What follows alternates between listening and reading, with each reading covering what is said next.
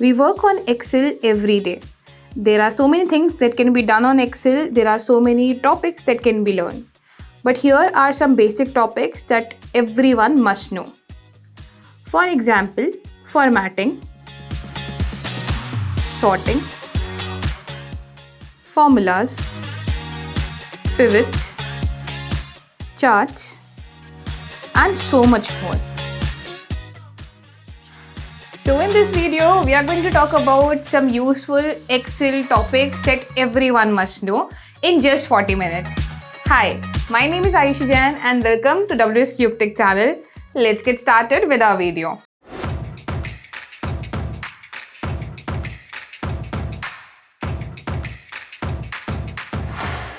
तो चलिए शुरू करते हैं। सबसे पहले बात करते हैं टेबल्स के बारे में कि अगर हमारे पास जो डेटा सेट यहाँ पर है, अच्छा इसका लिंक मैं आप लोगों को डिस्क्रिप्शन में भी शेयर कर दूंगी so that you all can practice along. अभी जो डेटा सेट हमारे पास है एक्सेल के अंदर प्रोडक्ट्स, ऑर्डर्स एंड कस्टमर्स का, ये तीनों आपस में कोरिलेटेड है। जैसे कि प्रोडक्ट्स के अंदर वो प्रोडक्ट्स हैं जो कि ऑर्डर्स के अंदर प्लेस हुए हैं, किसके द्वारा? इन कस्टमर्स के द्वारा, जो कि कस्टमर्स टेबल के अंदर मेंशन है। ठीक है, अब बात करते हैं यहाँ पे कि सबसे पहले टेबल के कुछ फीचर्स जो कि हमारे लिए हेल्पफुल हो सकते हैं। जैसे कि कस्टमर्स, मान लो कि मुझे उन कस्टमर्स की इंफॉर्मेशन चाहिए जो कि किसी स्पेसिफिक स्टेट के हैं, जैसे कि कर्नाटका, तो मुझे उसके बेसिस पे फिल्टर करना है डेटा, तो हम स्टेट पे जा सकते हैं एंड यहाँ पे हमारे पास ऑप्शन होता है फिल्टरिंग का, जहाँ पे आप सिंपली कोई भी स्टेट जैसे कि कर्नाटका अगर आपको चूज करना है तो उसे ओके कर सकते हैं and you will find all the customers who are from Karnataka. Similarly अगर हम यहाँ पे बात करें कि हमें कोई और टाइप का फिल्टर देना है, जैसे टेक्स्ट के रिलेटेड, कि जिसमें कोई भी चीज़ आ रही है या नहीं आ रही है, कोई भी वैल्यू किसी की इक्वल है, नहीं इक्वल है, कौन से ऐसे स्टेट्स हैं जो कि के से स्टार्ट हो रहे हैं, अगर देर आर मल्टीपल स्टेट्स तो उनके बेसिस पे भी हम लोग यहाँ पे स्टार्ट कर सकते हैं। जैसे कि बिगिन्स विद में मैं कैपिटल टी यहाँ पे डाल देती हूँ, तो तेलंगाना एंड तमिलनाडु ये दोनों यहाँ पे आ रहे हैं, तो हम इस तरह से भी फिल्टरिंग कर सकते हैं। अगर रिक्वायरमेंट है आपको कि आपको क्लियर करना है, पहली बात तो अगर अब आपकी रिक्वायरमेंट है आपको सॉर्टिंग करनी है डेटा की, कि मुझे लेट्स से स्टेज की बेसिस पे सॉर्ट करने हैं डेटा को, तो उस केस में हम यहाँ पे A to Z या फिर Z to A सॉर्टिंग भी कर सकते हैं। सॉर्ट बाय कलर का भी ऑप्शन होता है।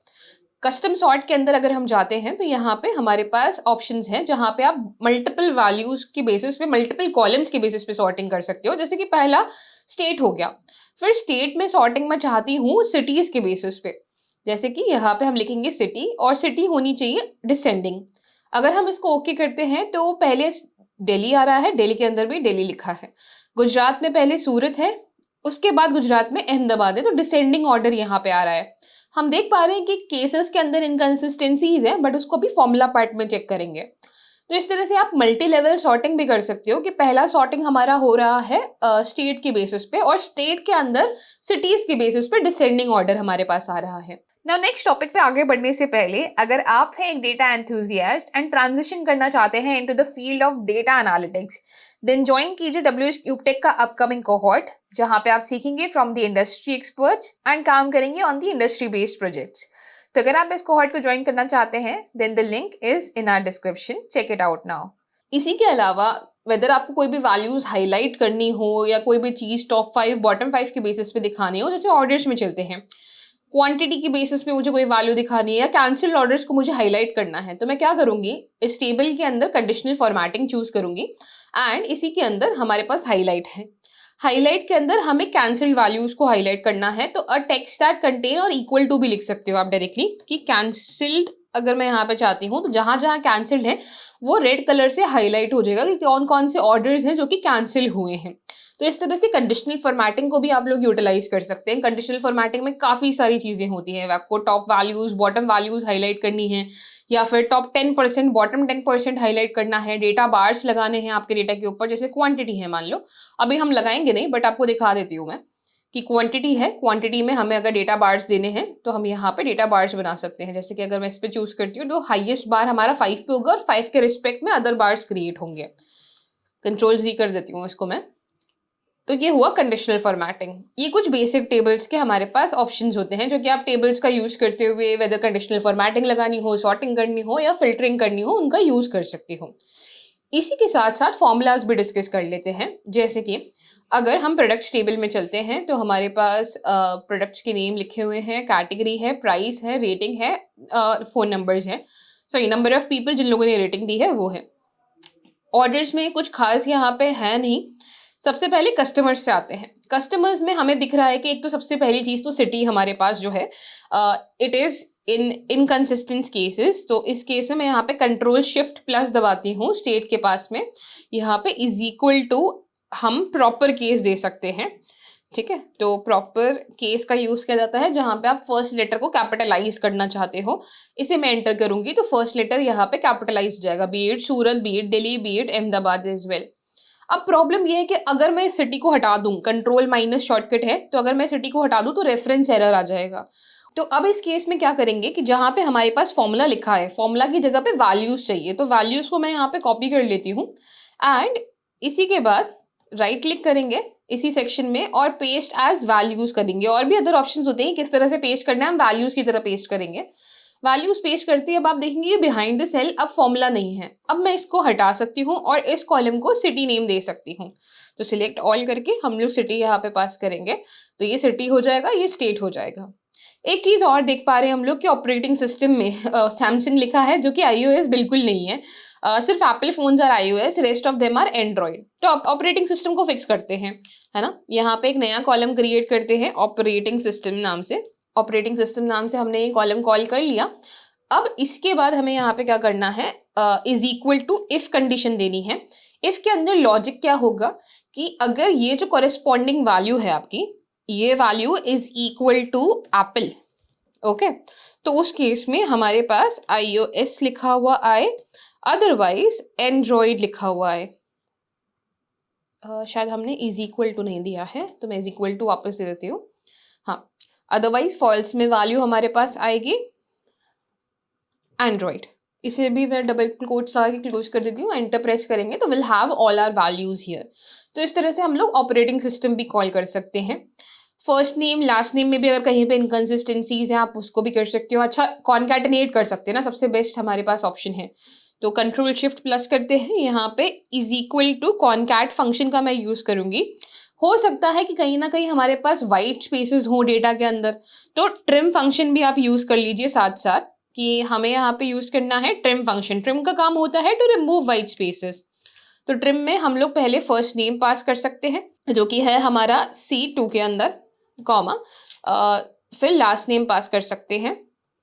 लास्ट नेम पास करने से पहले भी एक और चीज़ है हमारे पास ना, कि हमें यहाँ पे स्पेस भी देना पड़ेगा दोनों नाम के बीच में। वापस से हम ट्रिम फंक्शन का यूज़ करेंगे और अब की बार लास्ट नेम जो कि D2 के अंदर है वो हम यहाँ पे पास करेंगे।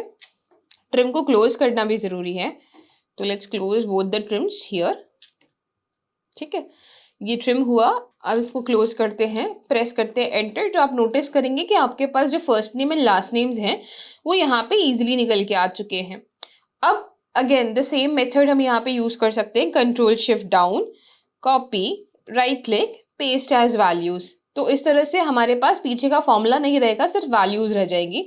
इन दोनों को अब आप चूज करके कंट्रोल माइनस कर सकते हो। इन दोनों को सिलेक्ट करके हम लोग फुल नेम दे सकते हैं। तो इतना इजीली आप लोग एक्सेल शीट्स के अंदर काम कर सकते हो if you know the formulas. फिर इसी के बाद हमारे पास एक प्रॉब्लम और है, जैसे कि ऑर्डर्स टेबल में चलते हैं। ऑर्डर्स टेबल में आप लोग देख पा रहे हैं हमारे पास ऑर्डर आईडी है, कस्टमर आईडी है, प्रोडक्ट आईडी है, क्वांटिटी है, date and time of purchase given है, किस डेट एंड टाइम पे ये ऑर्डर परचेज हुआ था, किस टाइम डिलीवर हुआ था, एंड लास्टली डिलीवर स्टेटस भी गिवन है। अब इसके सिनेरियो में अगर मुझे इन ऑर्डर्स की बेसिस पे रेवेन्यू यानी कि सेल्स निकालनी हो, फिलहाल को रेवेन्यू भी नहीं सेल्स बोल लेते हैं, सेल्स निकालनी हो, तो उस केस में मैं सेल्स कैसे निकालूंगी। सेल्स निकालने के लिए मुझे प्राइस यहाँ पे चाहिए, बट क्या मेरा प्राइस यहाँ पर है? नहीं है।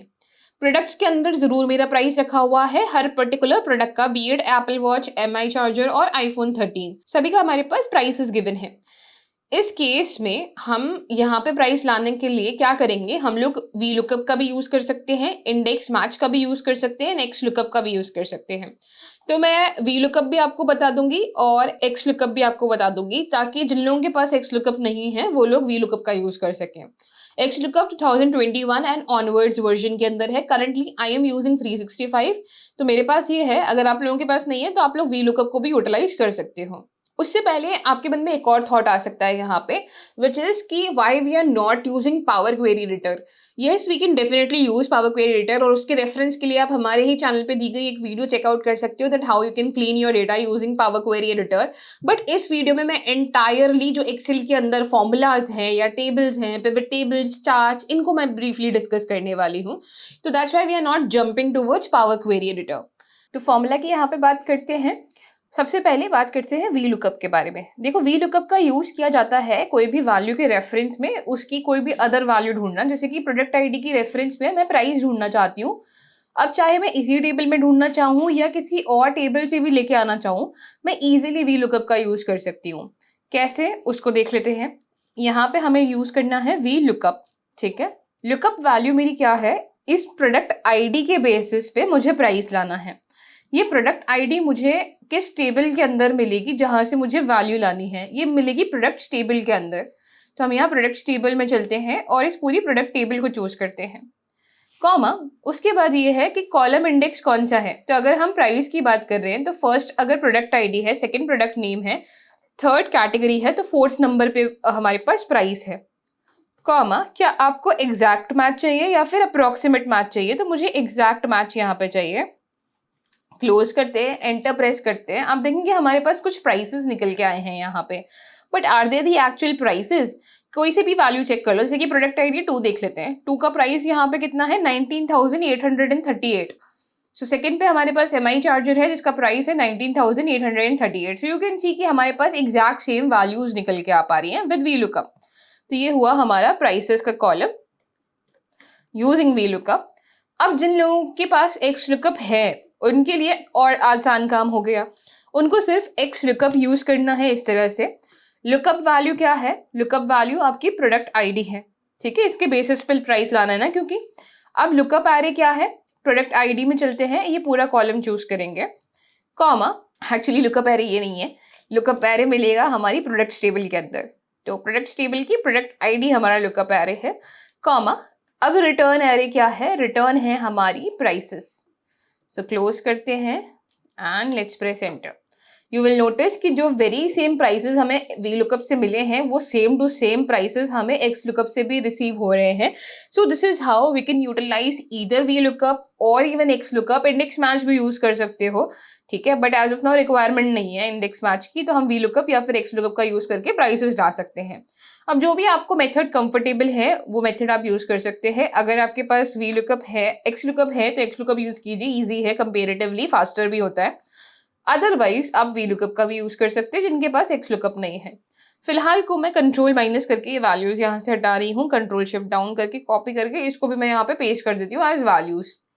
ठीक है, सिमिलरली ये हुआ हमारा वी लुकअप। इसके अलावा अगर आपको और भी कोई ऐसा फंक्शन लगता है या ऐसे कोई भी कॉलम लगता है जो आपको दूसरी कॉलम से लेके आना है, B it customers table, B it products table, कहीं और से अगर हमें कोई भी कॉलम उठा के लेके आना है ऑर्डर्स टेबल के अंदर, तो वो भी हम लेके आ सकते हैं, किसी और टेबल में भी हम लोग लेके जा सकते हैं। ये कुछ बेसिक फंक्शंस हैं जो कि सबको पता होने चाहिए एक्सेल के, वो हमने थोड़े से डिस्कस किए हैं। कुछ और चीज़ों के बारे में डिस्कस करते हैं, जैसे कि पिवट टेबल्स। मान लो, अब मान लीजिए आपने आपका डेटा क्लीन कर लिया है। आफ्टर क्लीनिंग योर डेटा आप चाहते हैं कि उसका समराइजेशन करें, जैसे कि प्रोडक्ट्स के नेम पे बता पाएं कि कौन सा सबसे ज्यादा बेनिफिट हमें दे रहा है इन टर्म्स ऑफ सेल्स, है ना, कौन सा प्रोडक्ट हमें ज्यादा बेनिफिट दे रहा है। अच्छा, बात अगर सेल्स ही कर ही रहे हैं तो सेल्स कॉलम भी कॉल कर लेते हैं। तो सेल्स के लिए हम लोग बोलेंगे दैट क्वांटिटी टाइम्स क्या है हमारे पास, प्राइसेस। ठीक है, इसको एंटर प्रेस करते हैं तो क्वांटिटी टाइम्स प्राइसेस हमारे पास आ जाएगा। चाहो तो इसे भी control C and control paste as values कर सकते हो, पेस्ट एज वैल्यूज, है ना। ठीक है, तो एक तो चीज हमारे पास ये हो गई। अब मैं बात कर रही हूँ कि हमें इस डेटा को समराइज करना है। समराइज एज इन प्रोडक्ट्स के बेसिस पे मैं जानना चाहती हूँ कि किधर से मुझे ज्यादा सेल्स मिल रही है, कौन से प्रोडक्ट ज्यादा बेनिफिटिंग है या कौन सी कैटेगरी मेरे लिए ज्यादा बेनिफिटिंग है। तो उसके लिए मुझे पिवट टेबल्स चाहिए होंगी। तो एक काम करते हैं, एक नया यहाँ पे टैब ओपन कर लेते हैं जहां पे मैं पिवट टेबल्स लिखूंगी। पिवट टेबल्स हम यहाँ पे क्रिएट करेंगे। पिवट टेबल्स बेसिकली एक्सेल में समराइज करने में काम आती है, बट अब अगर मैं यहाँ पे कोई भी पिवट टेबल इंसर्ट करना चाहती हूँ, जो कि मेरे टेबल से आएगा, तो मैं एक टेबल यहाँ से चूज़ कर सकती हूँ, जैसे कि प्रोडक्ट्स चूज़ कर लिया, ठीक है? प्रोडक्ट चूज़ करके अगर हम यहाँ पे ओके करेंगे, तो हमारे पास एक पिवट टेबल आएगी। बट अब प्रॉब्लम क्या है कि अगर मैं यहाँ पे मोर टेबल्स भी लेके आऊँ, तो वो डेटा मॉडल में होनी ज़रूरी है। मैं प्रोडक्ट टेबल से सिर्फ़ और सिर्फ़ प्रोडक्ट का नाम लेके आ सकती हूँ। सिर्फ़ प्रोडक्ट के नाम का मैं क्या करूँ, जब ऑर्डर्स में से मेरे पास सेल्स ही नहीं है। तो ऐसे केस में हमें डेटा मॉडलिंग करनी बहुत ज़्यादा ज़रूरी है। डेटा मॉडलिंग करने के लिए हम लोग क्या करेंगे, इस पिवट टेबल को तो स्पेशली मैं हटा देती हूँ। सो इसको डिलीट करते हैं। डेटा मॉडलिंग के लिए ये तीनों जो फाइल्स है हमारी, ये डेटा मॉडल में होनी ज़रूरी है। इसके लिए आपको पावर पिवट को इनेबल कर लेना है। पावर पिवट को इनेबल करने के लिए आप फाइल में जा सकते हो, ऑप्शंस में जा सकते हो और कस्टमाइज रिबन में पहले आपको डेवलपर इनेबल करना होगा। जैसे आप डेवलपर इनेबल करोगे, आपके पास डेवलपर टैब आएगा, जिसमें आप कॉम एडिन्स में जा सकते हो और इसमें मिलेगा माइक्रोसॉफ्ट पावर पिवट। इसी को आपको इनेबल कर लेना है। आफ्टर इनेबलिंग दिस, चलते हैं किसी भी टेबल के ऊपर। फॉर एग्जाम्पल दिस वन, इसको मैंने पूरा सिलेक्ट कर लिया है। पावर पिवट में चलते हैं, यहाँ पे ऑप्शन है ऐड टू डेटा मॉडल, तो इसे मैं डेटा मॉडल में ऐड कर देती हूँ, ठीक है? तो हमारे पास प्रोडक्ट्स टेबल जो है वो डेटा मॉडल में ऐड हो गई है। सिमिलरली ऑर्डर्स को भी आप सिमिलर मेथड अपना सकते हो कि मैनेज मैनेज नहीं करना, sorry, add to data model करना है, ठीक है? तो प्रोडक्ट्स भी आ चुका, ऑर्डर्स भी आ चुके हैं, ठीक है? कस्टमर्स को भी चलते हैं, सिलेक्ट ऑल करते हैं एंड मैनेज कर, not manage, add to data model करते हैं, ठीक है? तो ये भी हमारे पास कस्टमर्स टेबल भी आ चुकी है। अब आप देख पा रहे हैं कि जो भी तीनों फाइल्स थी हमारी वो यहाँ पे आ चुकी है। बट इससे मुझे फ़ायदा क्या मिलेगा? यहाँ पे पावर पिवट में लाने का फ़ायदा क्या है? देखो, टॉप में हमारे पास डेटा व्यू है और उसी के बाद डेटा डायग्राम व्यू है, डायग्राम व्यू, है ना? इसको मैं थोड़ा-सा इंक्रीज़ करती हूँ बाय साइज़। अब मॉडल बनाते हैं। देखो, डेटा मॉडल का मतलब क्या हुआ कि आप टेबल्स के बीच में रिलेशनशिप्स क्रिएट करते हो सो दैट आप मल्टीपल टेबल से डेटा पुल कर पाओ। हमारे पास products, orders and customers table है। Products table and orders tables में अगर मुझे रिलेशनशिप बिल्ड करनी है तो मुझे कोई कॉमन कॉलम ढूंढना पड़ेगा। दोनों में कॉमन क्या है? प्रोडक्ट आईडी कॉमन है, तो प्रोडक्ट आईडी आप यहाँ से उठाइए और प्रोडक्ट आईडी जो कि ऑर्डर्स में है उस पर ड्रॉप कर दीजिए। सिमिलरली कस्टमर्स एंड ऑर्डर्स में कस्टमर आईडी कॉमन है, तो कस्टमर आईडी उठाइए एंड कस्टमर आईडी जो कि ऑर्डर्स में है इस पे ड्रॉप कर दीजिए। ऐसा करने से अब हमें क्या फायदा मिलेगा उसको भी मैं बताती हूँ। पिवट टेबल्स में आ जाते हैं, क्योंकि अब हमारा डेटा मॉडल के अंदर आ चुका है, तो हम फ्रॉम डेटा मॉडल करते हैं इसी शीट के अंदर। हमारे पास 3 टेबल्स हैं, कस्टमर्स, ऑर्डर्स एंड प्रोडक्ट्स, ठीक है? अब यहाँ पे सबसे पहले स्टार्ट करते हैं प्रोडक्ट्स टेबल से, जो कि हमें एक्चुअली चाहिए था कि प्रोडक्ट की कैटेगरी के बेसिस पे रेवेन्यू जानना था। तो प्रोडक्ट की कैटेगरी के बेसिस पे अगर हम सेल्स निकालेंगे तो आप देखेंगे हमारे पास यहाँ पे सारी वैल्यूज आ रही हैं, जो कि पहले नहीं आ पा रही थी क्योंकि हम लोग सिंगल टेबल का यूज कर रहे थे। अभी हमने दोनों टेबल का यूज करके हमारे पास वैल्यूज यहाँ पे इजिली निकल के आ पा रही हैं। क्योंकि ये वैल्यू करेंसी में है तो मेक श्योर कीजिएगा कि यहाँ से यहाँ तक आप ड्रैग करें, होम पे जाएं और इसको जनरल में जाके आप करेंसी में कन्वर्ट कर दें। Currency depending upon the data आप चूज कर सकते हो कि क्या आपकी करेंसी है। I believe this is Indian currency, तो इंडियन करेंसी में हमने कन्वर्ट कर दिया। कोई और करेंसी है तो डबल आप यहाँ पर ड्रॉप डाउन पे जाके और कन्वर्ट भी कर सकते हो। तो इस तरह से हमारे पास वैल्यूज आ गई। ये हुई आपकी pivot table. But pivot table में और भी इंटरेस्टिंग फीचर्स होते हैं, जैसे कि आप रो लेबल्स में गए, मैं यहाँ पे डेटा तो देख पा रही हूँ पर ये नहीं समझ पा रही कि किससे ज्यादा रेवेन्यू आ रहा है। ठीक है, आप लोग कहोगे कि लैपटॉप से आ रहा है, जो कि 55 करोड़ 78 लाख का है।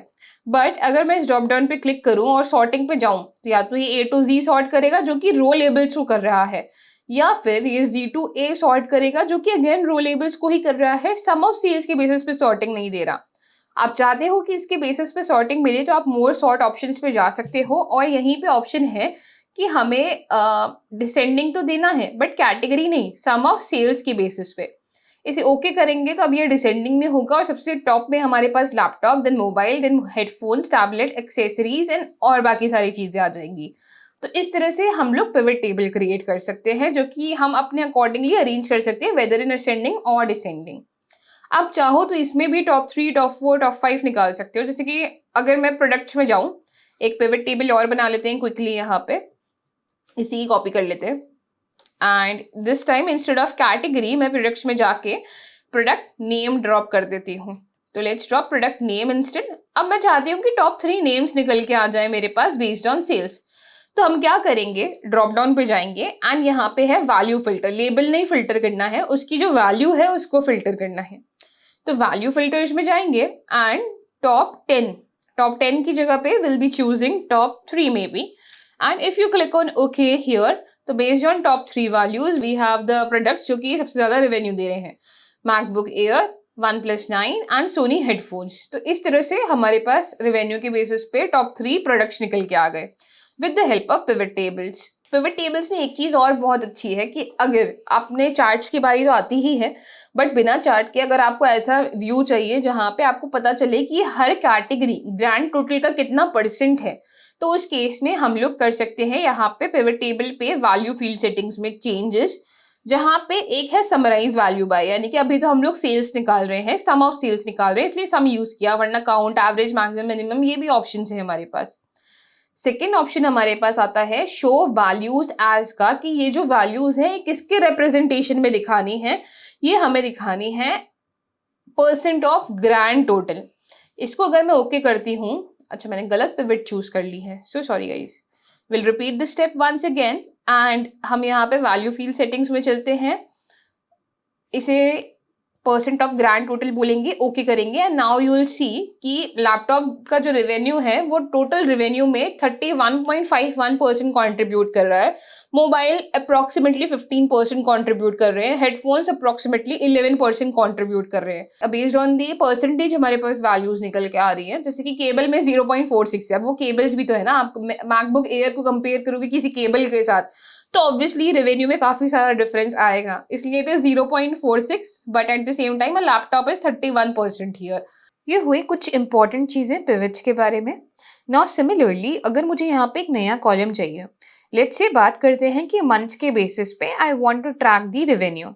अब मंथ के बेसिस पे रेवेन्यू अगर आपको ट्रैक करना है तो उस केस में हम लोग यहाँ पे क्या करेंगे, ऑर्डर्स टेबल के अंदर हमारे पास डेट गिवन है, बट अब अगर इससे मैं यहाँ पे एक नया मंथ क्रिएट करती हूँ, मंथ का नेम आप लेने के लिए टेक्स्ट फंक्शन का यूज कर सकते हैं, जहाँ पे हम लोग हमारी डेट पास करेंगे, कॉमा देके हम लोग मंथ का फॉर्मेट पास करेंगे, जहाँ पे 4 एम्स पास करने पे हमारे पास मंथ्स होंगे। इसे हम मंथ्स नेम भी दे देते हैं, ठीक है। एंड जाते हैं पिवट टेबल्स पे, क्रिएट करते हैं एक नई पिवट टेबल जो कि मैं यहाँ पे क्रिएट करना चाह रही हूँ, ठीक है। ये पिवट क्रिएट करने के बाद अब अगर हम लोग चलते हैं ऑर्डर्स पे, जहाँ पे हमारे पास ऑर्डर डेट थी, क्या हमारे पास यहाँ पे मंथ है? नहीं, हमारे पास मंथ गिवन है ही नहीं, बट हमने ऐड तो किया था मंथ का कॉलम, तो मंथ यहाँ पे आया क्यों नहीं? That is our problem. चलो ऑल में भी अगर जाके हम चेक कर लेते हैं, ये तो एक्टिव फील्ड हुई, अगर मैं यहाँ पे जाके चेक करती हूँ तो मंथ में नहीं है। पावर पिवट में चलते हैं जहाँ पे हमने डेटा मॉडल क्रिएट किया था, यहाँ पे मैनेज में चलते हैं एंड इधर से भी अगर हम ऑर्डर्स में जाके देखें तो मंथ कॉलम नहीं है। रीजन बीइंग मंथ हमने टेबल में ऐड किया, डेटा मॉडल में ऐड करने के बाद, डेटा मॉडल में हम टेबल ऐड कर चुके हैं, उसके बाद हमने मंथ कॉलम ऐड किया, बट आपने जो टेबल ऐड करी थी उसके अंदर तो मंथ कॉलम नहीं था। तो प्रॉब्लम ये आती है अब मंथ कॉलम यहाँ पे लेके कैसे आए? तो इसको सॉल्व करने के लिए हम लोग क्या करेंगे, हम लोग एक्सेल के अंदर जो हमने मंथ कॉलम क्रिएट किया है ना, हम उसको यूटिलाइज नहीं करेंगे। कि सपोज जो ऑर्डर्स टेबल के अंदर हमारे पास ये मंथ है, ठीक है, इसे मैं यहाँ से हटा देती हूँ, let's control minus this, we don't need this anymore. हम क्या करेंगे, हम डैक्स का यूटिलाइज करेंगे to create a month column here. Month column को क्रिएट करने के लिए डैक्स फंक्शन यूज करेंगे। अब पावर पिवट मैंने आपको बताया कि डैक्स का यूज करता है। डैक्स का यूज करने के लिए हमने बोला कि हमें एक नया कॉलम ऐड करना है। अब यहाँ पे हमें बनाना है नया कॉलम, इस सेल का रेफरेंस हम लोग क्या देंगे कि हमें चाहिए is equals to format function का हम लोग यूज करेंगे, जहाँ पे हमारा डेट एंड टाइम जाएगा टेबल में से, तो date and time of purchase, comma again फिर से फॉर्मेट देने के लिए हम लोग 4 एम्स का यूज करेंगे। तो बेसिकली एक्सेल फॉर्मूलाज में जो टेक्स्ट फंक्शन काम करता है वही डैक्स के अंदर फॉर्मेट फंक्शन काम करता है। अभी मैं इस पे एंटर प्रेस करती हूँ तो आप नोटिस करेंगे कि हमारे पास एक कैलकुलेटेड कॉलम क्रिएट हो गया है, जिसके अंदर हमारे पास डिफरेंट मंथ्स निकल के आए हैं। इसे आप रीनेम कर सकते हो कि इसका नाम है हमारे पास मंथ नेम, ठीक है। एंटर प्रेस करते हैं। अभी चलते हैं वापस से एक्सेल के अंदर, लेट्स मिनिमाइज दिस। यहाँ पे वापस से पिवट टेबल पे आते हैं। क्या अब मंथ नेम आ रहा है हमारे पास? डेफिनेटली आ रहा है, तो मैं मंथ नेम के बेसिस पे सेल्स निकाल सकती हूँ, अगेन निकाल सकती हूँ। तो मंथ नेम के बेसिस पे हमारे पास ओवर द डिफरेंट मंथ्स जो भी सेल्स रही हैं वो यहाँ पे निकल के आ गई। इसे आप अरेंज भी कर सकते हो असेंडिंग और डिसेंडिंग में। मोर सॉर्टिंग ऑप्शंस पे चलते हैं। हमें असेंडिंग ऑर्डर में चाहिए बेस्ड ऑन मंथ नेम। तो जैसे इसको ओके करेंगे तो जनवरी, फरवरी, मार्च, अप्रैल एंड इजीली हमारे पास वैल्यूज निकल के आ जाएगी। आई थिंक दिसंबर तक का डेटा नहीं है और नवंबर के भी कुछ ही पार्ट तक का डेटा होगा, तभी हमारे पास नवंबर में भी काफी कम रेवेन्यू निकल के आ रहा है। तो ये चीज़ ना देखने के लिए काफ़ी इंपॉर्टेंट होती है कि हमारा डेटा कहाँ तक आ रहा है, ताकि इंसाइटफुल और ज़्यादा रहे हमारे लिए। हम ऐसा सोचें कि नवंबर में कम सेल हुई है, उसका रीज़न तो जानेंगे। अब पता चला अगर ऑर्डर्स में चलते हैं एंड यहाँ पे हम करते हैं control shift down. Control shift down करने से पहले चलो मैं एक बार को कंट्रोल अप पे चलते हैं और इसको सॉर्ट करते हैं in the ascending order by oldest to newest. ऐसा करने पे अगर मैं यहाँ पे कंट्रोल डाउन पे क्लिक करती हूँ, अब आप देखेंगे 6 नवंबर तक का ही डेटा है हमारे पास। नवंबर के मंथ के लिए 2024 में सिर्फ 6 नवंबर तक का डेटा है। तो इसकी वजह से नवंबर का ऑब्वियसली रेवेन्यू कम आ रहा है हमारे पास। बट इस तरह से हम लोग रेवेन्यू कैलकुलेट कर सकते हैं। तो होपफुली ये यहाँ पे क्लियर है कि अभी तक हमने टेबल के कुछ फीचर्स को यूज किया है, जैसे कि कंडीशनल फॉर्मेटिंग हो गया, फिल्टरिंग, सॉर्टिंग हो गया। उसी के अलावा हमने बात करी है फॉर्मूलाज के बारे में। नेक्स्ट हमने डिस्कस किया है कुछ पिवट टेबल्स के बारे में। अब बात करते हैं चार्ट्स के बारे में कि इन्हीं चीज़ों के बेसिस पे आप चार्ट्स क्रिएट कर सकते हो। जैसे अभी तक हमने बनाया मोबाइल, लैपटॉप और इन चीज़ों के बेसिस पे परसेंटेज डिस्ट्रीब्यूशन। तो देखो गाइस, जब परसेंटेज डिस्ट्रीब्यूशन की बारी आती है तो उस केस में हम लोग हमेशा पाई चार्ट को प्रेफर करते हैं। तो अगर हम इंसर्ट पे चलते हैं तो चार्ट्स को भी डिस्कस कर लेते हैं कि चार्ट करना कोई डिफिकल्ट काम नहीं है। आप यहाँ पे एक नई शीट ऐड कर सकते हो जहाँ पे हम चार्ट्स लिख सकते हैं, चार्ट्स भी बना सकते हो, रिपोर्ट्स भी बना सकते हो, जो भी आपके लिए रिक्वायर्ड है। तो फिलहाल को इसको डिस्कस करते हैं कि अगर मैं इसे सिलेक्ट कर लूँ या इवन इसके एक सेल को भी सिलेक्ट कर लूँ तो इसके बाद हम लोग इंसर्ट टैब में जा सकते हैं और इसके लिए मैं यहाँ पे पाई चार्ट को यूज कर सकती हूँ। पाई चार्ट पे चलते हैं, कंट्रोल एक्स करेंगे एंड चार्ट्स में जाके कंट्रोल वी कर देंगे। तो ये हमारे पास चार्ट रेडी है। चार्ट में हमारे पास लेजेंड भी गिवन है बट परसेंटेजेस नहीं दिख रहे हैं।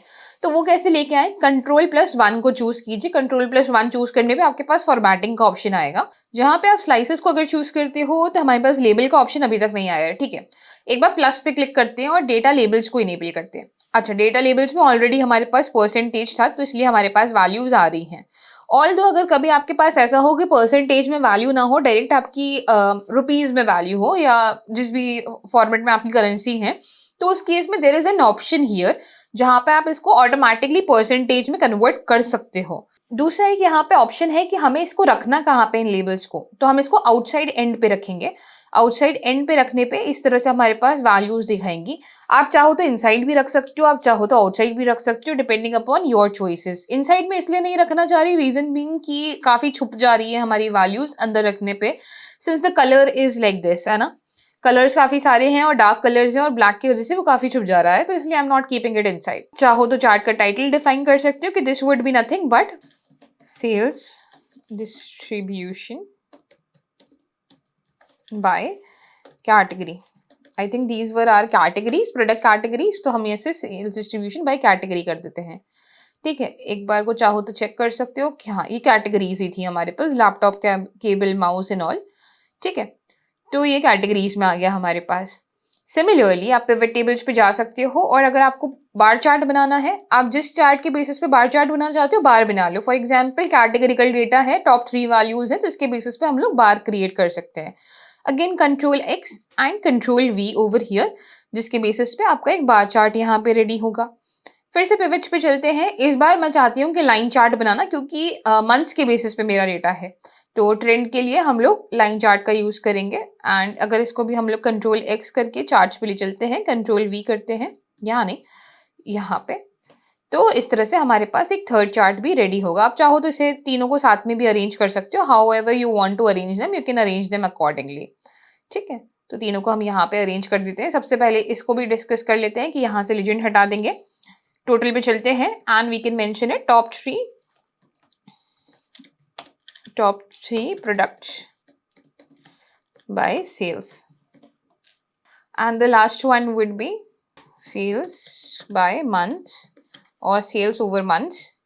You can write anything here, month names. ठीक है, आप चाहो तो X axis and Y axis को भी इनेबल कर सकते हो, ऑल्दो चार्ट का जो टाइटल है वो काफी ज्यादा जस्टिफाई ऑलरेडी कर रहा है, तो इस तरह से हम लोग चार्ट्स भी क्रिएट कर सकते हैं। आप चाहें तो इंटरैक्टिव स्लाइसर्स भी बना सकते हैं। स्लाइसर्स बनाना काफ़ी आसान है। जैसे कि अगर हम इन्हीं चार्ट पे हैं तो किसी भी चार्ट को आप चूज़ कीजिए, इंसर्ट पे क्लिक कीजिए एंड यहाँ से हम स्लाइसर क्रिएट कर सकते हैं। स्लाइसर में जिस भी बेसिस पे आपको ये स्लाइसर क्रिएट करना है, बी इट डिलीवरी स्टेटस या कोई और चीज़, जैसे कि डिलीवरी स्टेटस पे ही चल लेते हैं सबसे पहले। तो डिलीवरी स्टेटस को हम कॉल करते हैं। अच्छा, डिलीवरी स्टेटस नहीं, डिलीवरी टाइम यहाँ पर है। दोबारा से इंसर्ट पे चलते हैं एंड स्लाइसर में। अच्छा, one more thing about this कि स्लाइसर को अगर आपको ऐड करना है, तो अगर आप बिना सेल चूज़ करे ऐड करेंगे तो आप देखेंगे कि ऑटोमैटिकली क्या हो रहा है, it's showing query and connections. ठीक है, डेटा मॉडल से तो हमने ऐड करना ही है, दैट इज़ फाइन, बट ज़्यादा बेटर ऑप्शन है किसी भी चार्ट को चूज़ कर लो और उसके बाद स्लाइसर का यूज़ करो, तो उससे हमारे पास डायरेक्टली वैल्यूज़ आने लग जाएंगी।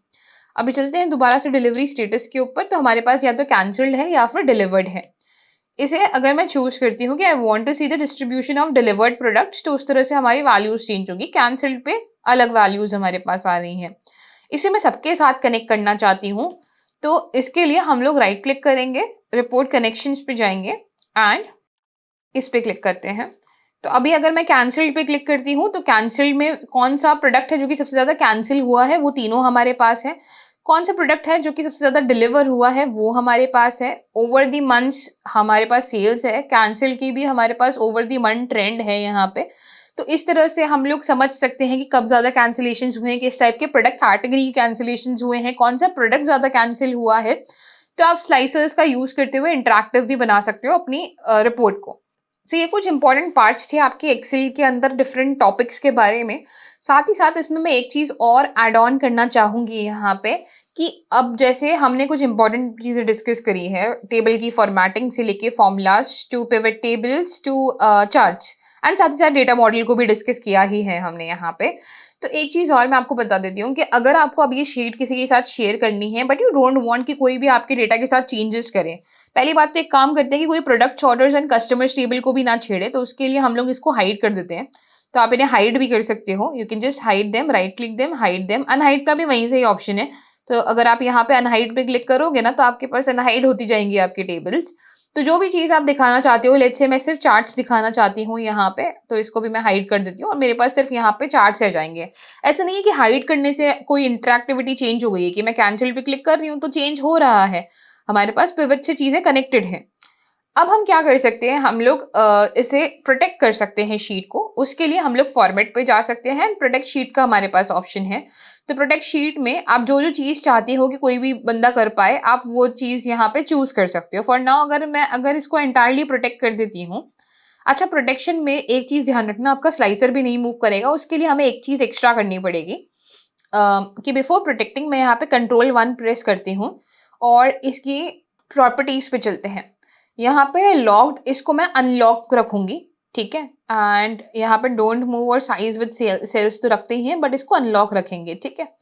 अनलॉक रखने के बाद अब वापस से होम पे चलते हैं, फॉर्मेट पे चलते हैं एंड प्रोटेक्ट करते हैं शीट को। मैं चाहती हूँ कि कोई भी कुछ भी ना कर पाए, लॉक्ड सेल्स या अनलॉक सेल्स को भी ना चूज कर पाए। ये हमने हटा दिए हैं। अब यहाँ पे पासवर्ड मेंशन कर देते हैं कि सपोज जो भी पासवर्ड आपको लगाना हो, री एंटर पासवर्ड एंड ओके किया। अभी हमारे पास ये नॉन क्लिकेबल हो गया है कि अगर इस पे जा रही हूँ तो वैल्यूज तो होवर हो रही हैं, बट इसको अगर मैं ड्रैग करना चाह रही हूँ, यहाँ पे सेल्स चूज करना चाह रही हूँ, तो देखो क्या एरर आ रही है। The cell or chart you are trying to change is on a protected sheet, to make a change unprotect the sheet, ठीक है। बट क्या मैं अगर कैंसिल पे क्लिक कर रही हूँ तो मेरी वैल्यूज मूव कर रही है? यस कर रही है। डिलीवर्ड पे क्लिक कर रही हूँ तो वैल्यूज मूव कर रही है? यस कर रही है। तो आपकी शीट भी प्रोटेक्ट हो गई और आपके स्लाइसेस भी अब यहाँ पे मूवमेंट करा रहे हैं, यानी कि इंटरेक्टिविटी करवा रहे हैं चार्ट्स के बीच में। तो this is how you can protect your sheets as well. आप डिफाइन कर सकते हो कि क्या चीज आपको प्रोटेक्टेड रखनी है, क्या नहीं रखनी है। तो आई होप यहाँ तक ये क्लियर है कि कैसे हम बेसिक फीचर्स को काफ़ी एफिशिएंटली इजीली यूज़ कर सकते हैं। किसी भी टाइप का आपके पास डेटा हो, चाहे आपको फॉर्मूलाज यूटिलाइज करने हो, काफ़ी इजीली यूटिलाइज हो सकते हैं। बिना पावर क्वेरी एडिटर की क्लीनिंग करनी हो वो भी की जा सकती है। विद पावर क्वेरी एडिटर करनी हो तो अगेन हमारे चैनल पे आपको काफ़ी सारे वीडियोस मिल जाएंगे about that. Again pivot tables create करनी हो, चार्ट्स क्रिएट करनी हो, काफ़ी ईजी होते हैं एक्सेल के अंदर। You just have to get started with the data set and धीरे धीरे आप खुद ही चीज़ें फिगर आउट करने लग जाएंगे। तो आई होप ये वीडियो यहाँ तक क्लियर है एंड आई होप ये वीडियो आपको पसंद आई है। अगर ये वीडियो पसंद आई है तो do like, share and subscribe and for more such content stay tuned guys. Thank you.